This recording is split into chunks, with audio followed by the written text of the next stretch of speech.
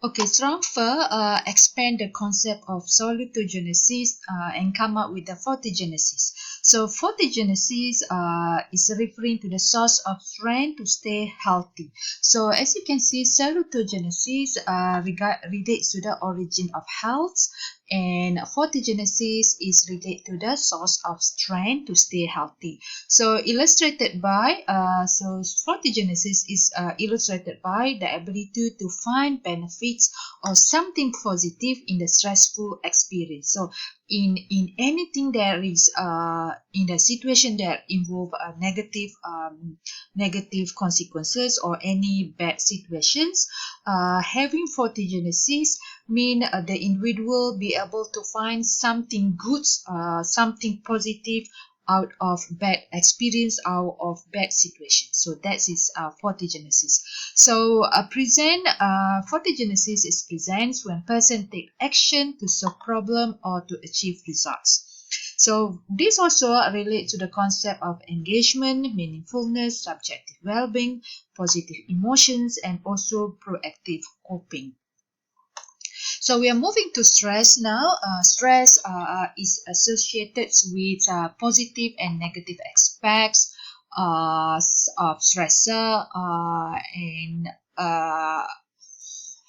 and so stress also is associated with negative and positive aspect of stressor. That's mean the cause of stress on psychological, employees, organizational health and functioning. So study stress approach also study the physical, the cognitive, the emotional, and the behavioral effects of the stress on people.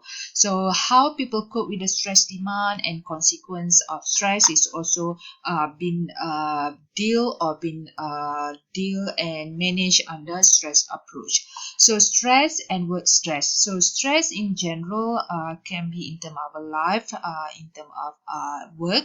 So when we talk about work stress, is the stress that's affected or involve or surrounds the work environments or caused by work activities or tasks and so on.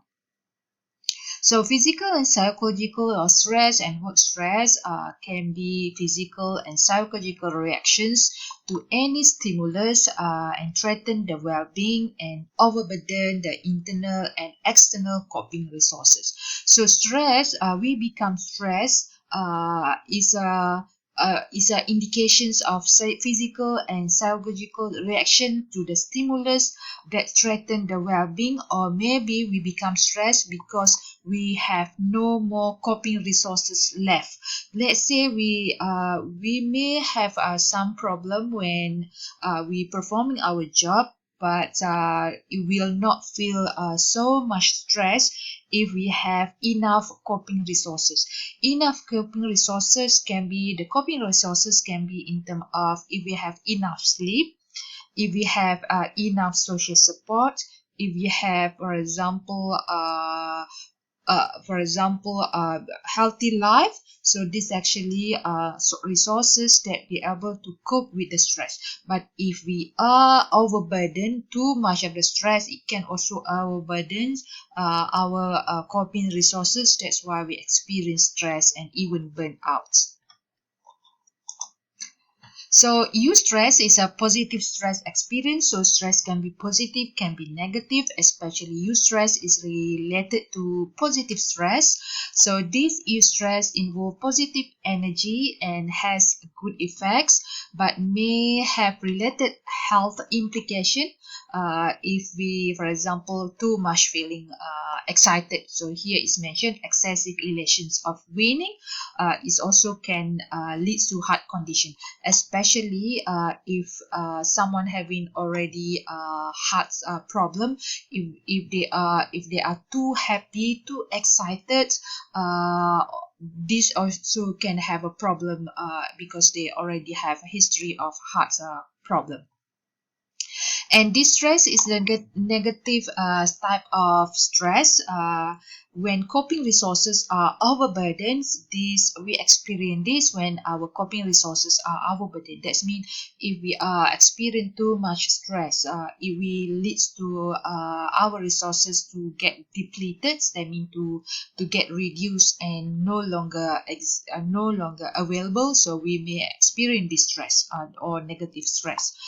So this stress, if not adjust or cope successfully with this kind of distress, biological and psychological discompensations will collapse. I mean, we will experience collapse or deteriorations in health.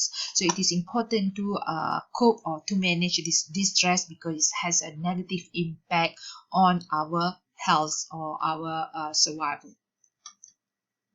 So there's another stress can be considered acute or chronic stress. So stress can be acute, can be intense, can be protracted. That means it's a chronic stress. These will have a serious immediate effects. Individual not able to cope with this kind of stress. And also result in the physical illnesses or emotional and psychological reactions. So it is important to manage the stress because stress is like a bomb. It will explode if you didn't manage, if you didn't be able to cope with the stress. Stress can have impact on human immune system. We talk about immune system in chapter 3. So if you are experiencing stress or more stress, your immune system will weaken, and this when your immune system will weaken will be weakened. So when your immune system is weak or will be weakened because of feeling stress, that means the ability of the immune systems to protect our body from the attacks from the bacteria, from the viruses, are actually less or weak. So we tend to get sick easily because our immune system is not strong enough. So stress can, because it impact on humans' immune system, so our human immune system will be weakened because of having a stress for a long time. It could affect our immune system. This reduce our body ability to defend against bacteria, infections, and emotional shocks also. So this stress also has bearing on various psychological disease such as heart disease, cancer. Even have a more serious stress can have more serious on cancer, on ulcer, hypertension related to high blood pressure, skin disorder as well. You tend to get itchy, you tend to get rashes and so on. So acute stress and chronic stress. So acute stress result from the sudden onsets of event such as death in the family. So if you will experience acute stress when suddenly something happens like someone close to you, so that's affect you emotionally in a negative way. So that's acute stress. Chronic stress because you are long exposed to the source of stress. For example, the stress may be caused by everyday hassle. That's, for example, if you experience traffic jams all the time, can also lead to stress. Or if you experience economic problem, for example, in terms of not enough money, not enough income for survival, this also can relate to the chronic stress. So chronic stress happen for a long durations. For short durations is called acute stress. So chronic stress is caused by it is happen in the a long duration. It's not just one time stress. It's long for a long time. So caused by everyday hassle such as traffic jams, family problems, and maybe income problems, money problems, debt, for example. So it's such as here mentioned, unsatisfactory work situation, frustrating intimate relationship. This actually can be the cause for chronic stress. Or stressor is there are various types of stressor, stimuli or influencing factor that lead to stress reactions inside a person's. This is quite unique. Can be from individual or external sources, can be from internal, can be from external, or can be from the combination of both. So include, for example, everyday hassle and uplift approach to study and assess chronic stress. So the cause of stress can be from inside and from outside, from the environment, from ourselves, for example, personality and so on, or combinations. So another approach to study a stressor is life changes. For example, those who want to study about stress, they study about life changes. Life changes for example, life event changes extremely intense, whether positive or negative. For example, if the change in our life quite intense, whether in terms of positive or negative way, for example, heavy traffic, body weight, and so on, this is considered as a life stressor. Can also cause acute or chronic stress reactions on onsets of other illnesses. So people react to stress involve physiological. When we talk about physiological, we talk about physical. So its effects on our physical health or psychological health. That means its effect of our mental and emotional health.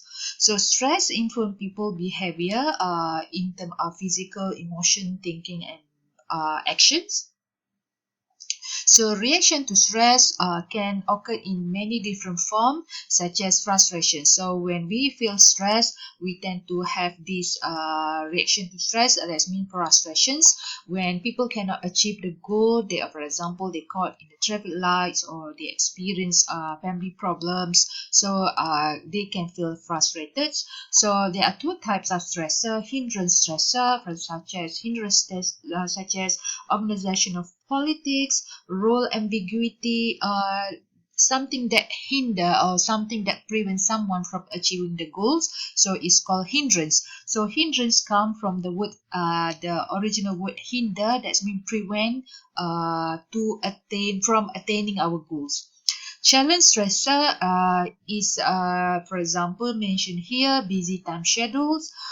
So challenge stressor is more positive, such as busy time. You experience busy times and you experience maybe pressure because of the deadlines.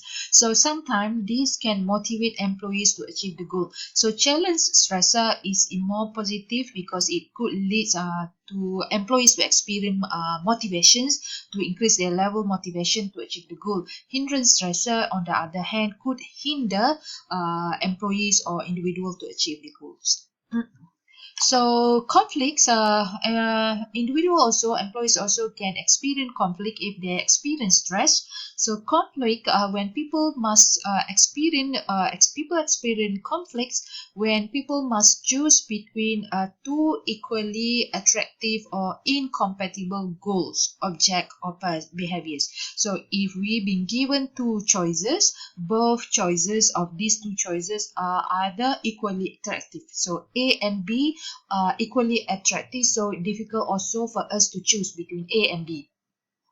Another thing, if we've been given two incompatible goal, object, or behaviors, so both of the A and B are incompatible or are not attractive, so you can experience conflict also.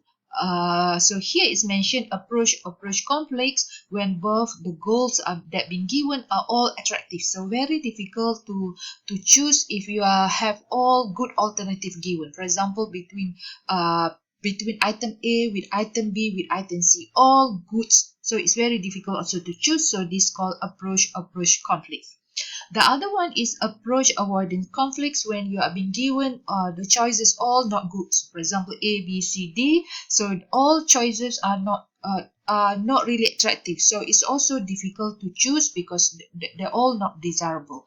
The other one is approach avoidance when one single outcome have both attractiveness and unattractiveness at the same time. So you've been given a choice, for example, item A and item B. Item A have both factor, attractive and unattractive. Item B also attractive and unattractive. So very difficult to choose, then you experience conflicts.